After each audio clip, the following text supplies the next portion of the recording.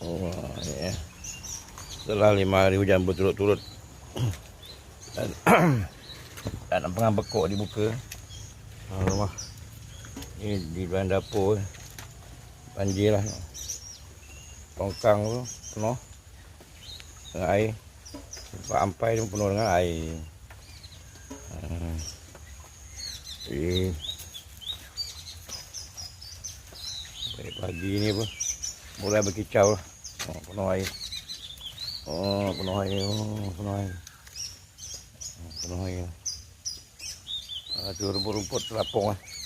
Rumput kering terapung lah. Wah, mulai berkicau. Kicau riang. Angin masih mendung lagi. Tadi hujan lebat lah. Air naik. Banjir di Kampung Baru. Kayaknya ni Yompet.